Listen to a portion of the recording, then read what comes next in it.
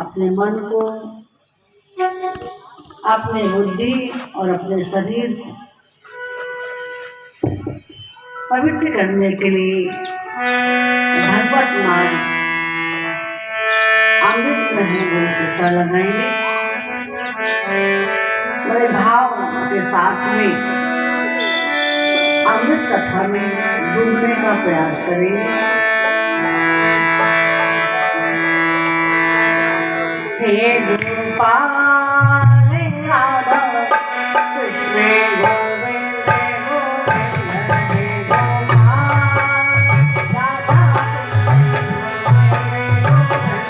हे गोपाल राधा कृष्ण गोविंद गोविंद, हे गोपाल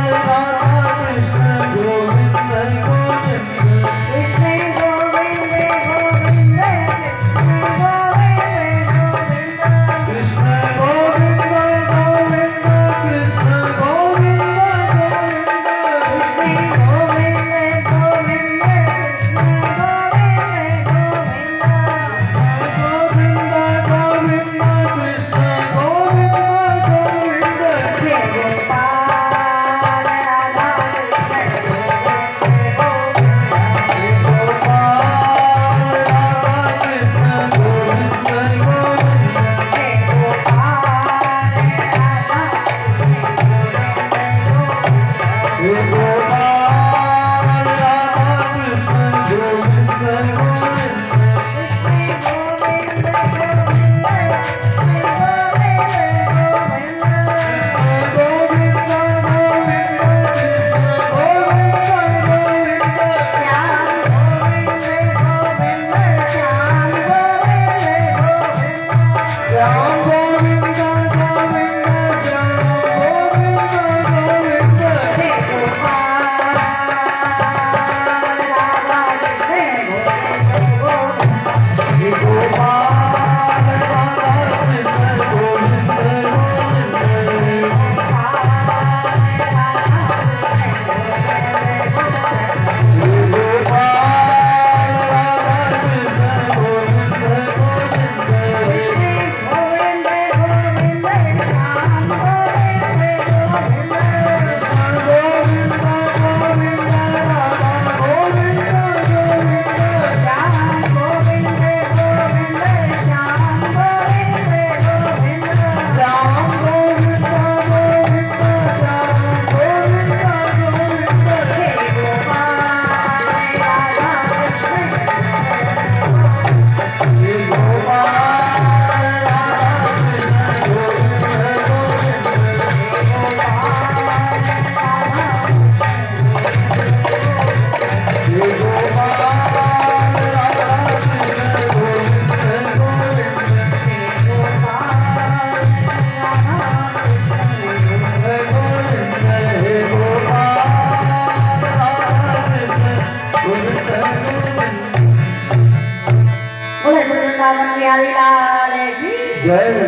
गोविंद, आज तो सब ऐसे शांत बैठे, इसलिए किसी ने भोजन आज किया नहीं। तो विवाह के दिन कुछ लोग का तो व्रत होगा, विवाह के दिन व्रत भी करते हैं लोग ना, खुशी के लिए और भोजन के लिए, इसलिए आवाज नहीं निकल रही है।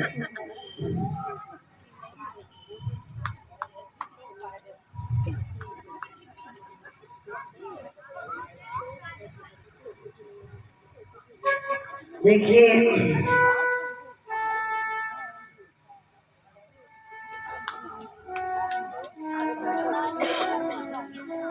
जब हम सत्संग श्रवण करते हैं,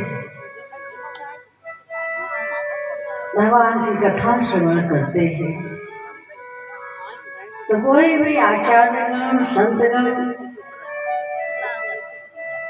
कथा के माध्यम से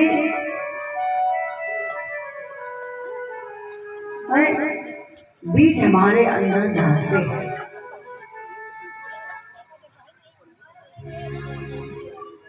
जिस तरह से एक किसान क्या करता है,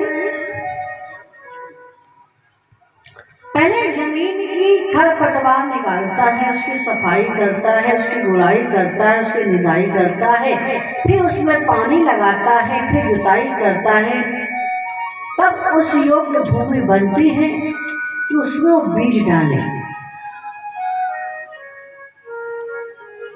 बीज डालने के बाद कोई जरूरी नहीं है कि आप जितना बीज डालें उतना सब निकल आएगा।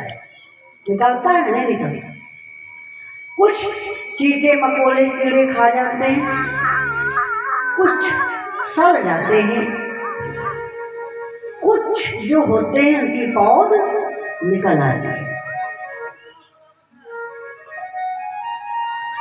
पौध निकलने के बाद भी जब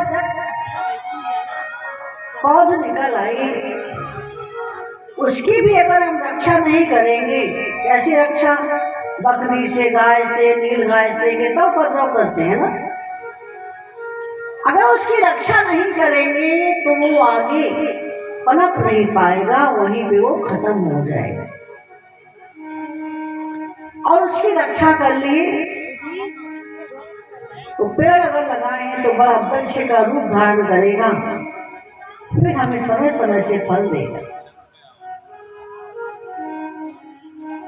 यही प्रक्रिया हमारे अंदर की है, हमारे जीवन की है।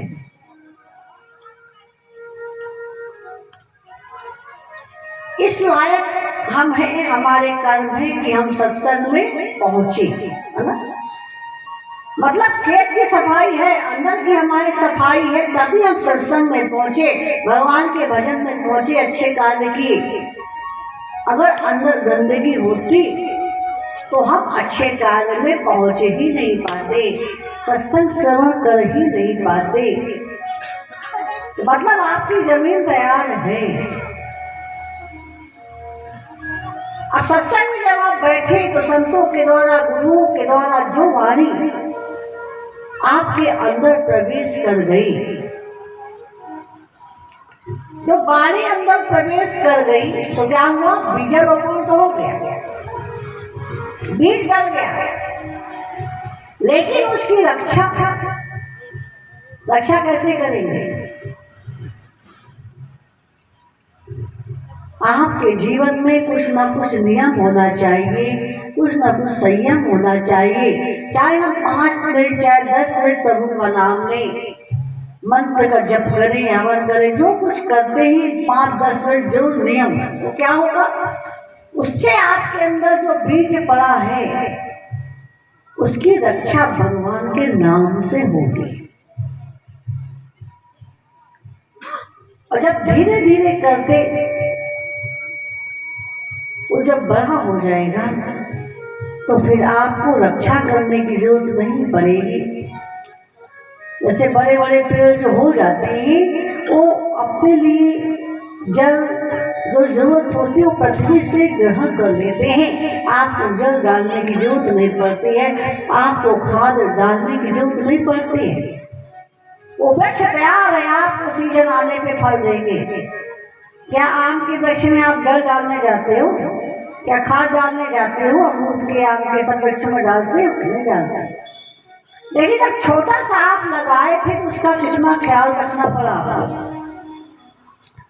उसी तरह जब साधक नया नया होता है तो उसको रखवाली करने की जरूरत होती है, क्योंकि कहीं जो बीज पड़ा है कहीं सड़ न जाए, कहीं गल न जाए, कहीं आप भूल न जाए। इसलिए समय समय से सत्संग में जाना होगा, भगवान का भजन करना होगा, अच्छे कार्य करना होगा, और एक दिन आएगा वो पेड़ बन जाएगा। कहते हैं जब वो वृक्ष का रूप ले लेता है सत्संग, तो फिर उस परम पिता परमात्मा का ध्यान, उनका जप, फिर हमारी धीरे धीरे हमारी समाधि लगने लगती है। ध्यान के द्वारा हम उस परम पिता परमात्मा को प्राप्त करते हैं।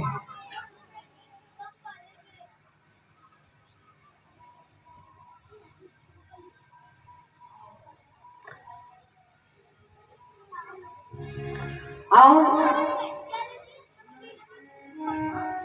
हमारे जीवन में हम सब कुछ करते हैं, लेकिन कभी कभी देखिए कि अंदर इतना अहंकार आ जाता है कि हम केवल बड़ों का सम्मान करना भूल जाते हैं।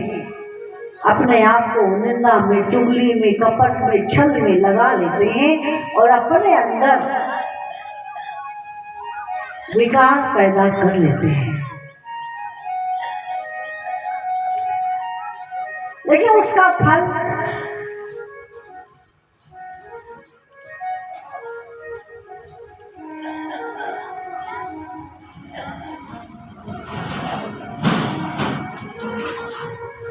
कहते हैं, एक बार की बात है, एक राजा, हमारे कमलेश भैया, साथ में भैया का नाम याद नहीं है, आप सभी का आगमन हो रहा है। भगवान की विशेष कृपा आप सब पर बनी रहे।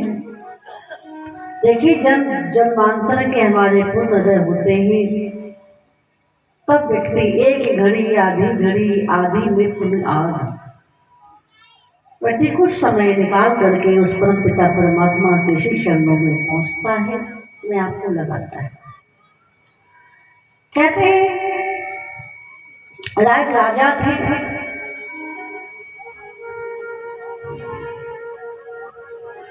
राजा सत्संगी थी, भजनानंदी थे, उनकी प्रजा में सब खुशहाल थे। कहते हैं, एक दिन की बात है, उन्होंने कुछ ब्राह्मणों को बुलाया, संतों को बुलाया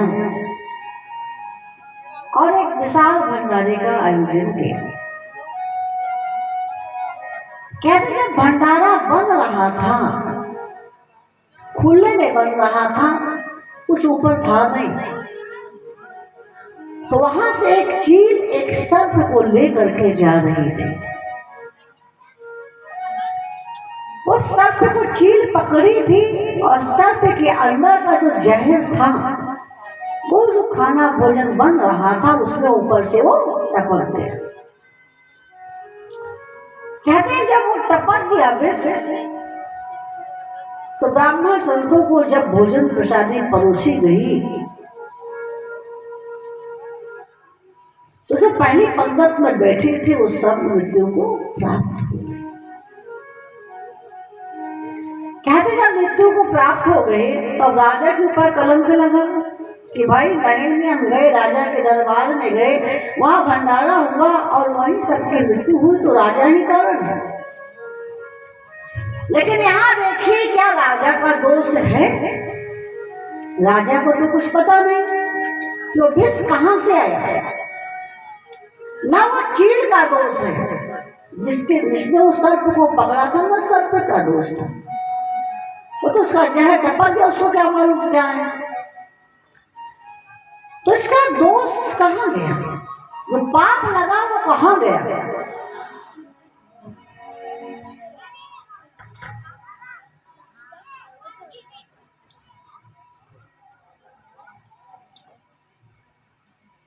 ये बात लोगों को खल रही थी। कुछ दिन के बाद राजा की जब मृत्यु हुई तो राजकुमार ने फिर से भंडारे का आयोजन किया, लोगों को बुलाया। तो बहुत से ब्राह्मण संत कहने लगे कि इनके पिता ने भंडारा किया था, उसमें इतने संतों की मृत्यु हो गई थी, अब हम वहां नहीं जाएंगे। कुछ लोग तो समझ गए कि राजा का कोई दोष नहीं, भाई पता नहीं कहाँ कैसे रहा। लेकिन एक व्यक्ति ऐसा था जो राजा को इतनी गाली देने लगा, उसके परिवार को, राज्य को। बोले पता नहीं कहाँ के राजा हुए, इतने लोग मारे गए, राजा दोषी है, ये है वो है वो। मतलब जितने बुराई कर सकता था, जितने उसके पास शब्दकोश थे सब प्रयोग कर लिया। यमराज के पास पहुंची तो चित्रगुप्त बोले कि प्रभु इतने संत इतने ब्राह्मण मरे, ये दोष किसको लगेगा? ये फाइल आगे कुछ दिन के लिए ब्रेक कर दो, बंद कर दो।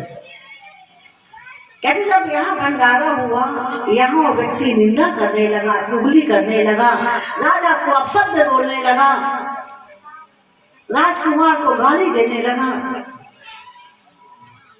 तो तुरंत वहां पे चित्रगुप्त रजिस्टर लेकर बैठे हैं ना, जो व्यक्ति कुछ करता है तुरंत उसकी लिखा पढ़ी वहां करते रहते हैं। तो तुरंत चित्रगुप्त बोले स्वामी, बोले क्या है? अरे वो पकड़ में आ गया। बोले कौन पकड़ में आ गया? अरे वो जो फाइल हमने इतने दिन से बंद करके रखी थी